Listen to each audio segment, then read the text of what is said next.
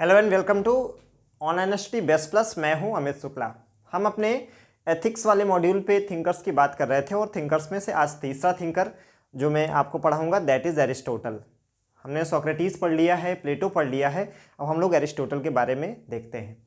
मैं आपको ये बता दूं कि जो मेरे वीडियो बनाने का पर्पज़ है कि बहुत कम समय में कैसे आपको crystal and clear conceptual clarity होनी चाहिए, और मैं सिर्फ उतना ही बोर्ड पे लिखूंगा जितना कि आपको आंसर राइटिंग में लिखना है। तो यहाँ पर आप एक साथ दो काम कर रहे हैं, अपना सिलेबस भी ख़त्म कर रहे हैं, कॉन्सेप्चुअल क्लैरिटी भी हो रही है, और आप अपना नोट्स ऐसे बना रहे हैं ताकि आप आंसर राइटिंग कर पाएँ, राइट। तो यहाँ पर ना केवल आप सीख रहे हैं बल्कि ये समझिए कि 40% आप आंसर भी राइट कर रहे हैं। Okay, so let's come to the topic Aristotle. Aristotle का मेन चीज़ क्या है, मेन कंसर्न क्या है?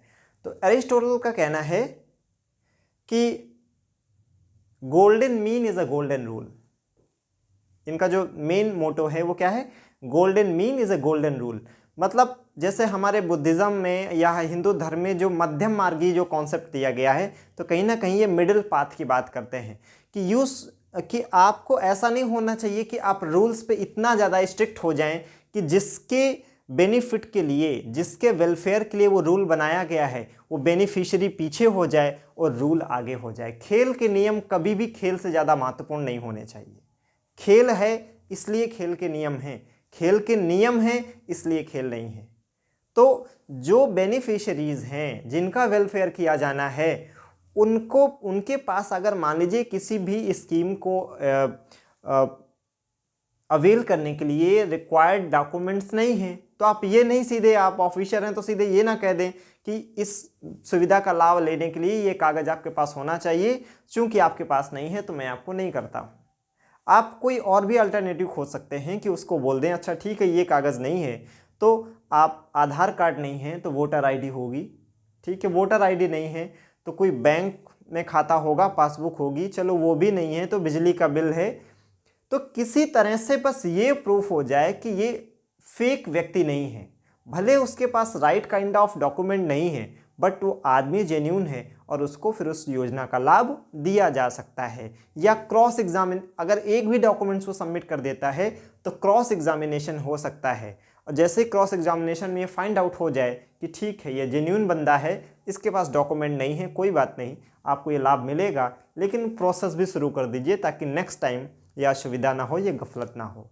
तो एरिस्टोटल का कहना है कि golden main is a golden rule. ऐसा भी नहीं होना चाहिए कि आप इतना ज़्यादा रूल से स्ट्रिक्ट हो जाएं कि बेनिफिशियरी पीछे छूट जाए, और ऐसा भी आपको बेनिवोलेंट नहीं होना चाहिए कि ठीक है जो भी आ जाए रोता हुआ, बिना जांच पड़ताल के आपने आंसू देखा नहीं कि सरकारी योजना का लाभ दे दिया। ऐसे तो ठगा भी जा सकता है प्रशासन को। So you shouldn't have extremely strict to the law and you shouldn't have to be extremely benevolent. So what is the way forward? The way forward is the middle path, दोनों के बीच का रास्ता। तो मेन कंसर्न क्या है?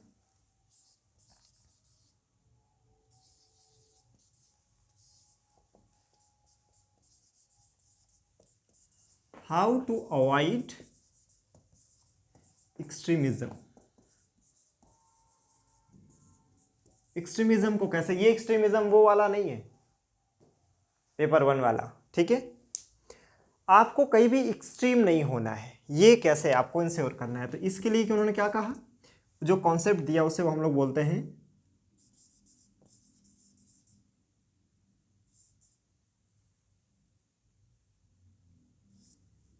यूडेमोनिया। जैसे हम लोग बोलते हैं यूडेमोनिया।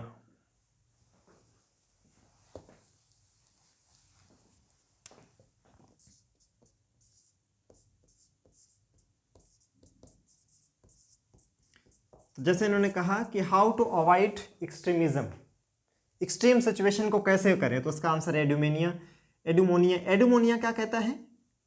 Golden mean is a golden rule, golden mean is a golden rule. अच्छा ये कैसे आएगा गोल्डन मीन, बीच का रास्ता? जैसे हम लोग कह सकते हैं मिडिल पाथ। मध्यम मार्गी होना चाहिए इंसान को। ठीक है, कैसे? आप इसको ऐसे एक्सप्लेन कर सकते हैं, क्या? Not extremely strict to law, not extremely benevolent,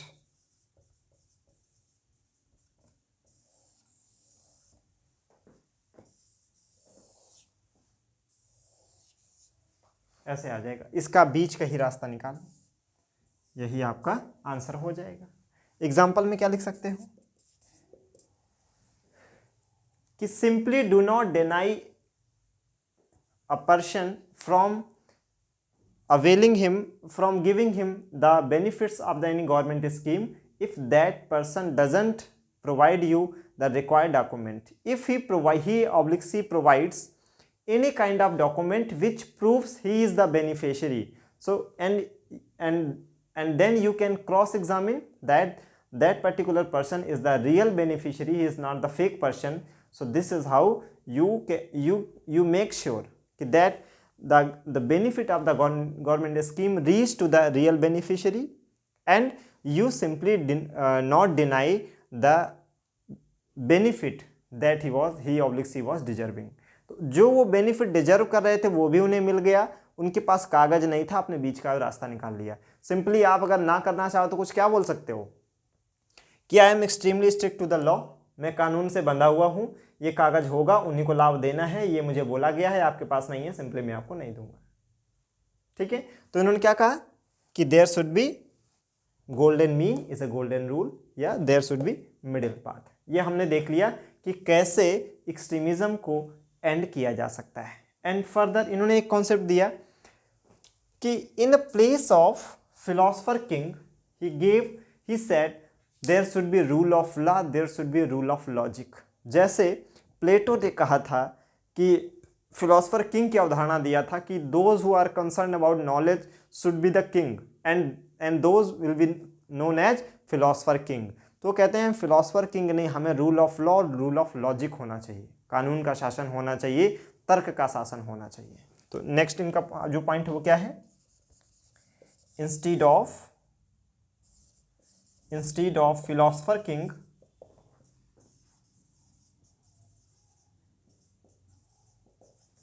there should be rule of law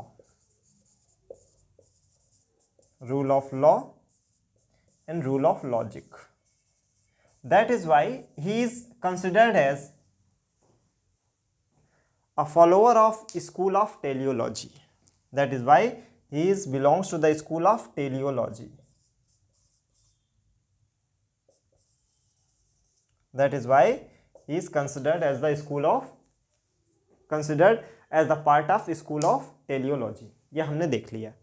जो अभी तक हमने देखा इनका सारा पॉजिटिव एस्पेक्ट ही हमने देखा, एक इन्होंने नेगेटिव एस्पेक्ट भी दिया, वो क्या है?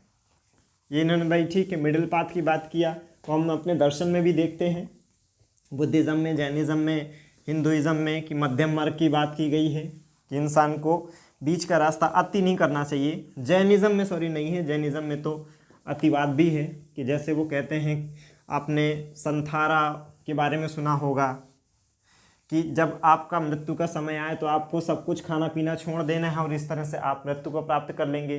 तो खुद को अननेसेसरी बहुत तकलीफ देना, ये जैनिज़्म हमको जैनिज़्म में देखने को मिलता है। तो वहाँ तो नहीं, लेकिन हाँ बुद्धिज़्म और हिंदुइज़्म में आपको मध्यम मार्ग मिलेगा। ठीक है, तो देखिए चीज़ें बटी हुई नहीं है, सब एक दूसरे से कहीं ना कहीं रिलेट करते हैं। तो अभी तक हमने इनका पॉजिटिव एस्पेक्ट देखा। नेगेटिव एस्पेक्ट क्या हुआ अरिस्टोटल का? ये जो बात करते हैं फंक्शनलिज्म की,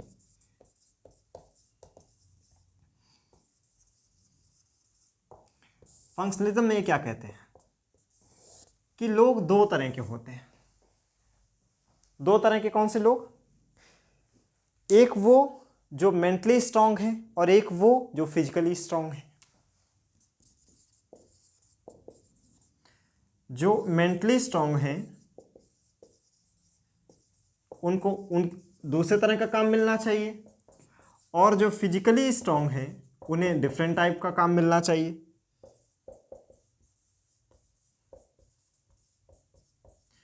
तो जो मेंटली स्ट्रांग है दे शुड बी द किंग, और जो फिजिकली स्ट्रांग है दे शुड बी द स्लेव।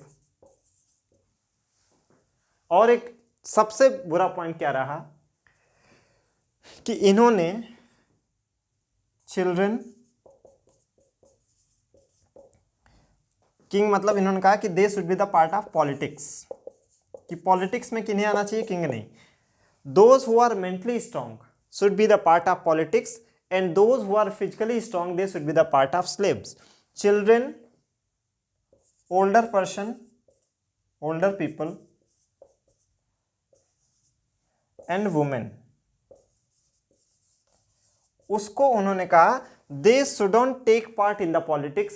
दो ही ग्रुप बनाए हैं, या तो पॉलिटिक्स या slave, so indirectly he put children, old people and women in the category of slave. So this is the criticism of the Aristotle.